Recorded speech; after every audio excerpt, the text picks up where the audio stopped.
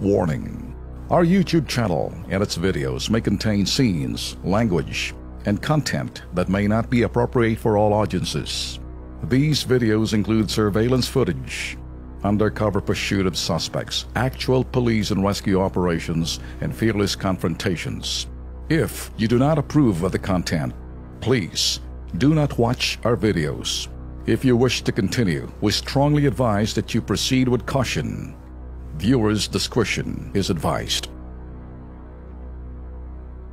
Okay, dumako naman tayo, Ben, sa isa pang problema. Ito, tubo ho ng tubig na pumutok kahapon, kaya nagmisula pong sapa ho dahil po sa tubig baha. Diyan po sa isang bahagi po sa QC.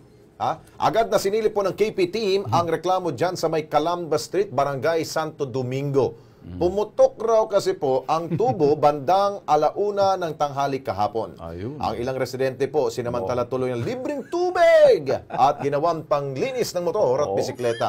Siyempre, mga motorista na dumaan rin po, kailangan munang tumigil ang ending baha at traffic sa lugar. Yun.